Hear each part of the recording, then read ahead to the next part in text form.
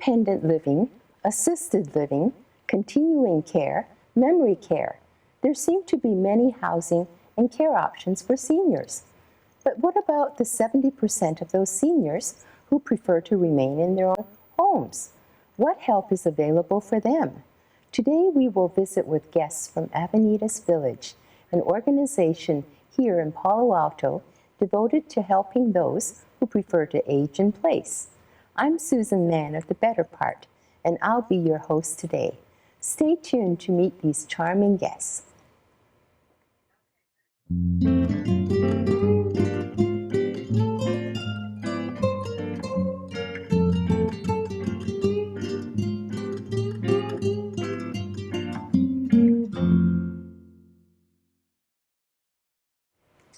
We have three wonderful guests today.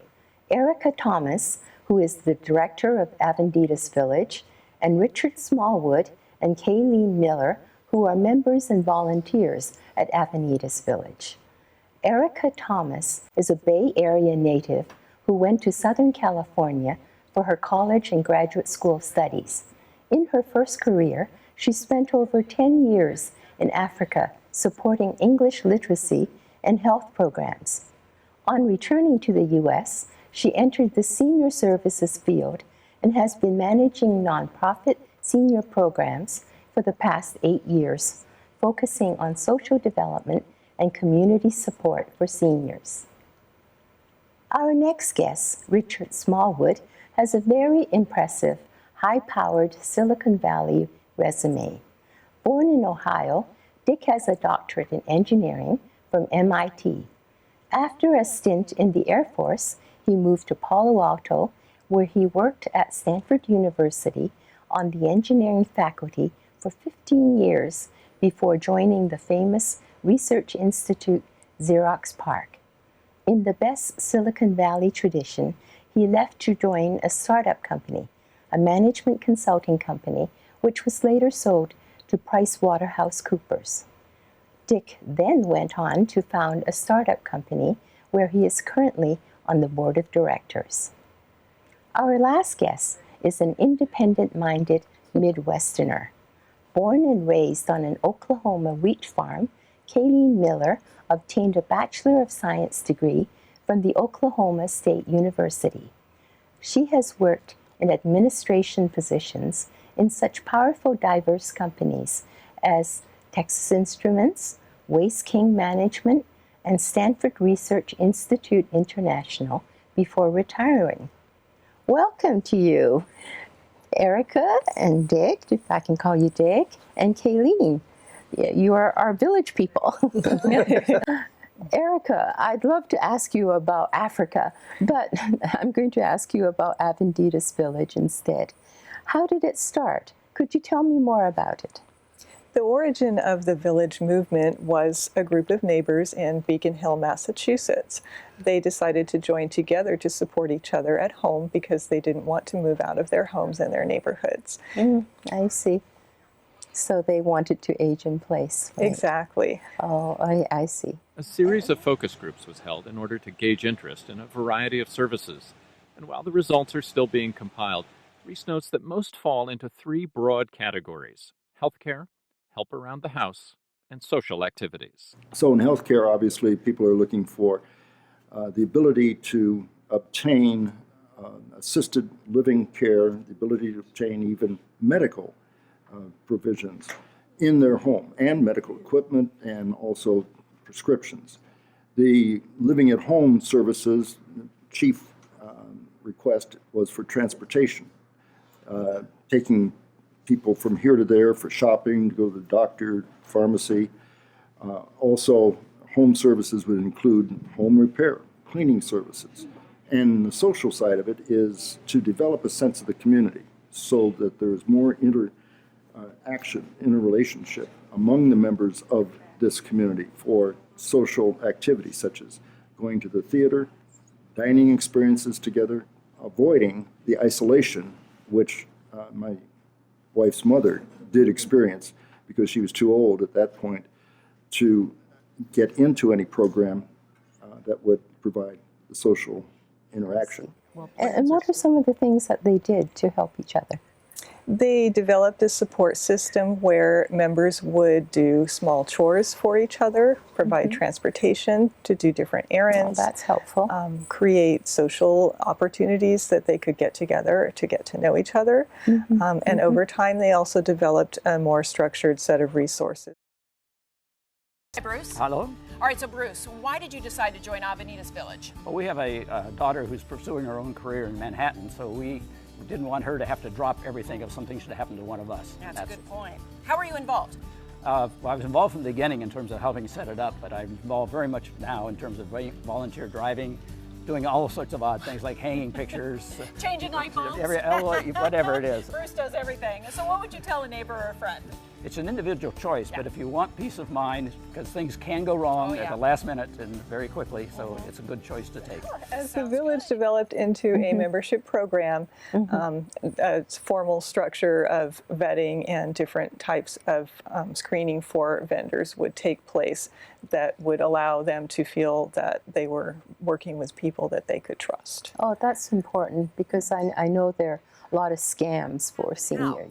This is a virtual village. We bring services to people in their homes. That's a great idea. So what are the benefits of being a member? 24/7 service, transportation to and from doctor's appointments, vendor services. We contract with vendors who bring whatever a member has a need. They call us. We bring a vendor response to that need with a service. All right, they have vendor support. Do they have emotional support? Emotional support as well. Social programming is all about bringing members together, having them get to know one another, develop relationships, have a sense of community. Kayleen, although you've lived in California for a while, you must miss your Midwestern roots.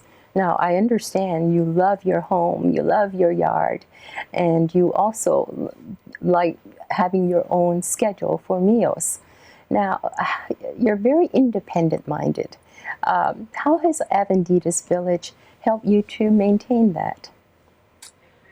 Well, one of the things that comes to my mind is once I had a medical appointment, and the doctor said that I could not drive myself. So I called the village staff and told them my appointment time and a day, and they arranged someone to pick me up and take me. Oh, that's wonderful. So that was great because there was no charge to me. Oh, that's great. That's one thing. Another thing is the vendor list that Erica mentioned. I had a fence that needed repair, so I checked the vendor list, and I'm able to find someone that I can trust and sometimes get a discount. That's great. That's wonderful. Dick, I'm curious with such a high-powered career that you had here. What was it like when you first retired? Well, I'm basically an engineer, which means that I like to solve problems. And so when I moved to the village, I found that there was that the people in the village were really willing to talk to me about specific areas where the village could be improved. And so I just naturally worked my way into working on these various problems. I found that the people in the village are just wonderful to work with. They are very experienced, they're intelligent, and they're also extremely friendly. And one of the things I remember the most is that when we're working on these problems together, it's just a lot of laughter in the meeting, and it just makes things so very enjoyable. One question I had was, knowing what you know now, what do you wish you had done differently in the design of the village? Not much.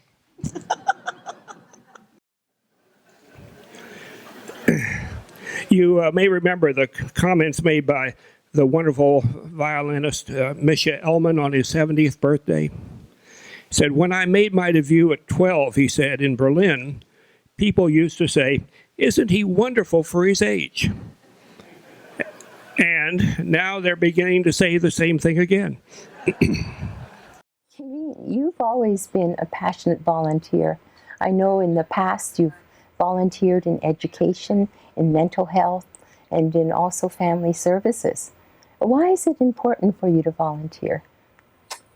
It's my way of giving. Oh, And we that's all know wonderful. that in giving, you receive much more. Oh, And that's very rewarding when you meet all these nice people, you work with them.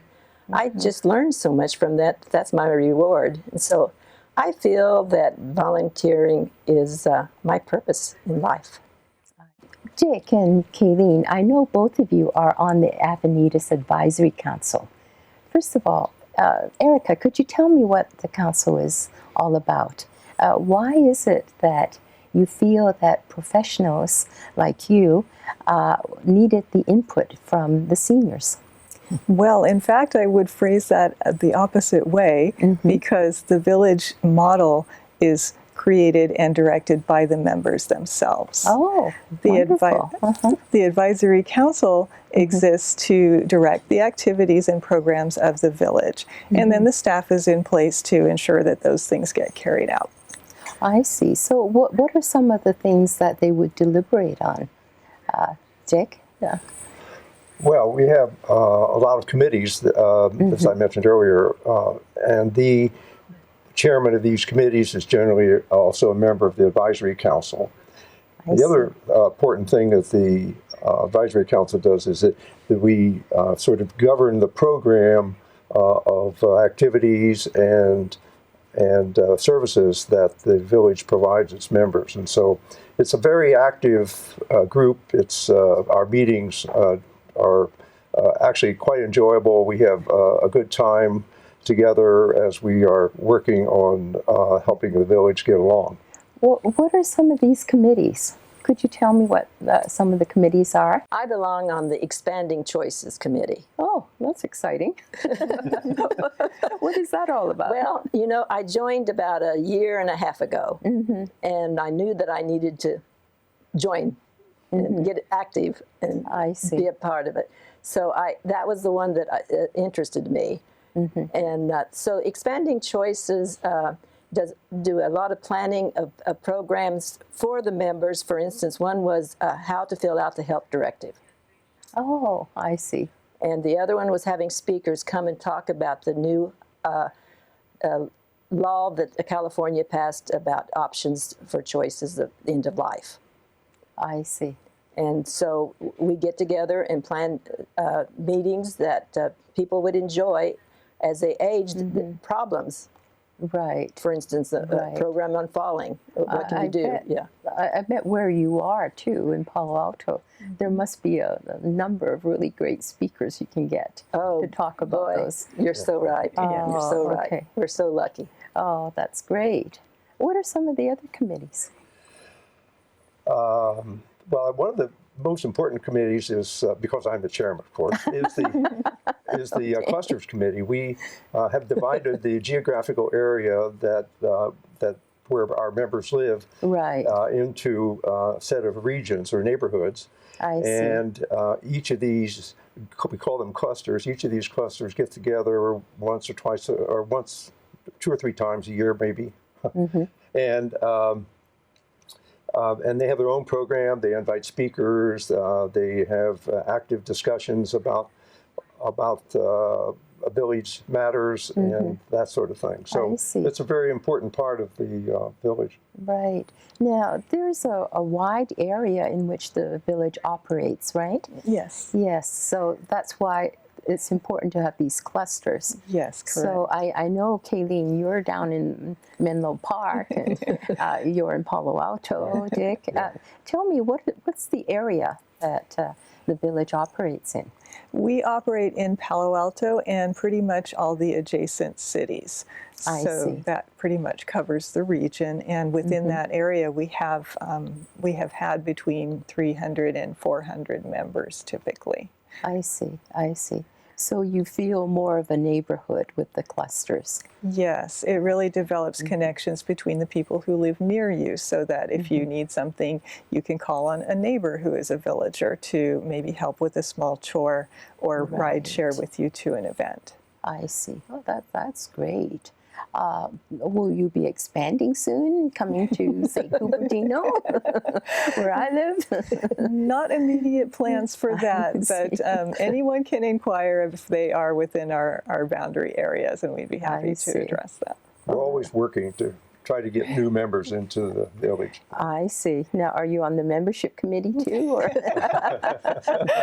Actually, You seem to run Eric and I everything. are the committee for membership. So. I see. Well, that sounds like a lot of fun. Kayleen, now you've made a very special contribution to Avenidas. Could you tell us about that? Oh, you're talking about the walking? Yes, I'd love to hear more about it. The interest group that's walking? Yes, about less than a year ago, they asked me to volunteer. I volunteered to, They asked to you organize, to volunteer. organize the walking group. And so we met, and there were about 8 of us, and we decided to walk on Wednesdays at 10 o'clock. I see. And we started out in each person's neighborhood and did a neighborhood walk. Oh, that's great. And now we've expanded. We've walked like in the Baylands at the Bixby Trails, the Shoreline Baylands Trails. We walked Stanford campus several times. Wonderful walking at Stanford There's campus. a lot to see on that campus, Exactly. isn't there? And the Bull Park in Palo Alto and Sharon Park up in Menlo. And we've just had such a wonderful time getting to know each other. We walk and we talk, and we've expanded. We have 17 members now. Oh my gosh. Well, that includes Erica, because she receives information about what we're doing. I see. Well, I bet that's a great fun, great part of your job. Now, I understand each person that leads the talk seemed to do a lot of research on this particular area, and you have kind of a travel log of the area where you're walking also. Yes, the last one that we had was so interesting because one of our members, Chuck, he had us on the Stanford campus, and he had done a lot of research. There's a special book about the walks in Stanford. Wow. And he had done the research, and he explained all the different things that we were seeing. It was really informative. Oh, well, that's great. That's great. Now, Dick, you've also made very important contributions to Avenidas. Tell me about the survey that you did. Yeah, well, one of the things I've always thought was a very important characteristic of villages is what I call a sense of community. It's very important that the members of the village feel that the village is there to help them if they have needs, but also to provide activities and social events and services and that sort of thing. So in an attempt to build this idea of sense of community, I ran a survey of village members, offering them 55 different services and activities that we might consider for the village. And about a third of the village members answered the survey, which we were happy with that response rate. And so we took the results from that survey and used it to start new special interest groups. The Walkers was one of those. I see. We have one on discussing current events. We have another book group. One of the services that people wanted was tutorials on how to use digital devices, and so we're working with Avenidas, our mother organization, and to get that going. So it's been very rewarding. And it seems like it's kind of changing. You know, Right. you We're always develop looking new for things. new stuff. Yeah. That's right. Oh, that's great. That's great. I've always been impressed on, moving to this area, how great it is to have people so knowledgeable around me. Anything I want to learn, I could learn from somebody. Yeah. Now, Kayleen, you've described yourself, self-described, as stingy and also economically sound. Now, how has being part of Avenidas Village helped you? Now, especially in this Bay Area, it's the economics of living in your own home compared to living in a retirement or assisted living facility must be kind of challenging. Could you tell us about that? Well, I feel and I think that the retirement communities are pretty expensive. Yes, they are. They are. And so that big monthly bill that each of those people get, I don't have that. Oh, well, that's great. That's great. So I feel like I'm saving money, but I'm lucky because I want to stay in my home. Right. But Right. I really like controlling my own expenses. I don't really like a company or someone else telling me where to spend my money. Yeah. And Right. therefore, I also feel like I'm saving money with the meals. I want to decide what food I eat. Right. I don't really want to make a meal payment for, Well, you know, maybe I want to be on a diet. I don't know. you don't need to be. Anyway, I just Right. feel like it's very expensive to be in a retirement home, and I feel like I'm saving money, and that makes me feel good. Oh, that's great. Now, Dick, with living in this Bay Area, you know, where housing is so expensive, cost of living is so expensive, and yet staying in your own home, you also have the advantage of perhaps your housing, you know, your home price going up. Has anyone ever done any analysis of what it's like to I am not familiar with any analysis, but it's pretty obvious that Proposition 13 in California Right. has sort of given people a big incentive to stay in their own home. Oh, could you tell us what Proposition 13 is? Well, basically, it's a cap on tax rate, on your tax rate, and so The property tax rate. yeah, property. So as your property increases in value, the taxes don't go up proportionally; they only go up by a fixed percentage. And so, Oh, that's people in many people, maybe seniors in Palo Alto, are living in homes that are very expensive if they were to sell them. But their actual income is not very great, and so doesn't rise as fast no. as that. And right. so the village is a perfect place for them because if they go to a retirement community, they'll be spending $5,000 to $8,000 a month Whoa. for the monthly fee, Right. where of course the village doesn't have anything like that, and so it's just a natural for people in that situation. Oh, that's great. And especially if you enjoy, you know, the company of like-minded people. Right. It's like another added bonus there. So, Erica, when you talk to people from the village, what do they mention most as the main benefits of being in the village? Most village members join the village because they feel like it's going to be a insurance policy, if you will, for when they run into needs. Many of them start out being very independent, but feel like they're looking ahead to their future when they might need a provider of health care, or they might need a provider of home services. I see. You have so much to offer. And so they can know that those things will be easy to refer to. It can be very intimidating when you have a need at home and you don't know who to call.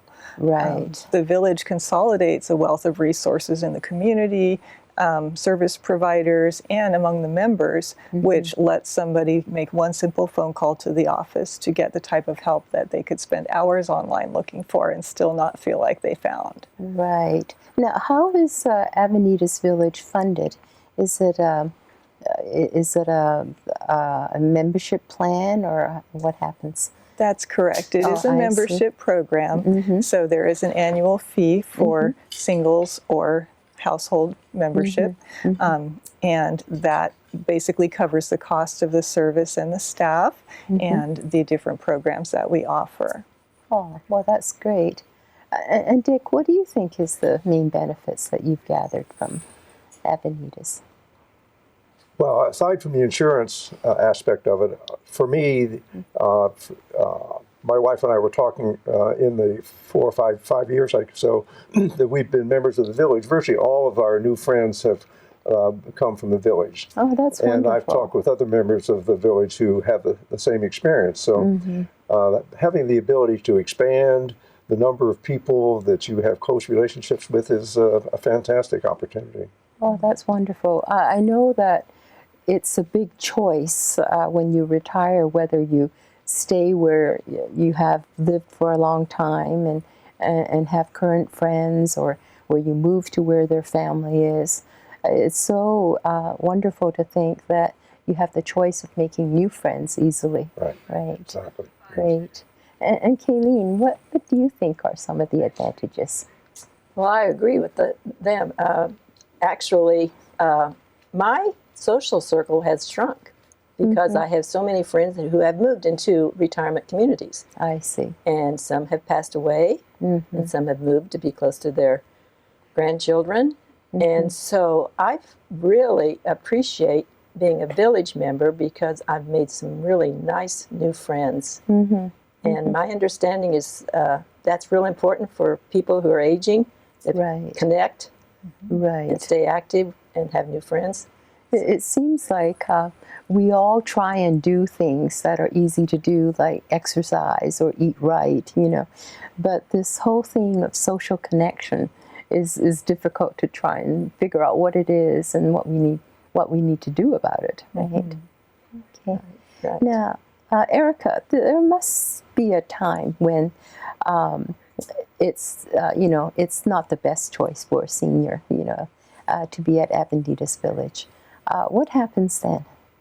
Realistically, we all age and become frailer, and so that's part of the understanding. When people join the village, many of them see it as a way of prolonging their time at home. Right. And then having the option later on to move into a different level of care.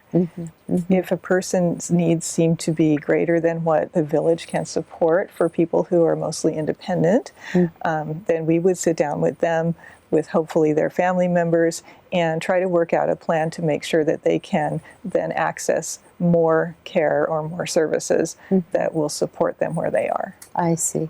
Well, especially now that we're all living a lot longer, and there are a lot of people living into their 90s or 100-year-old, right? Yes. Oh, well, and that's wonderful. Many of our villages are up in their 90s and still active and still taking part in the programs. Oh, that's great. Well, I'm sure an Avenidas Village have contributed to making their life a lot happier, That's wonderful. Thank you so much for being our guests today, Erica and Dick and Kayleen. Thank you, Erica, Dick, and Kayleen, for giving us such a vivid picture of what a happy retirement can be like. We thank you, viewers, for joining us today and hope to see you next week on The Better Part.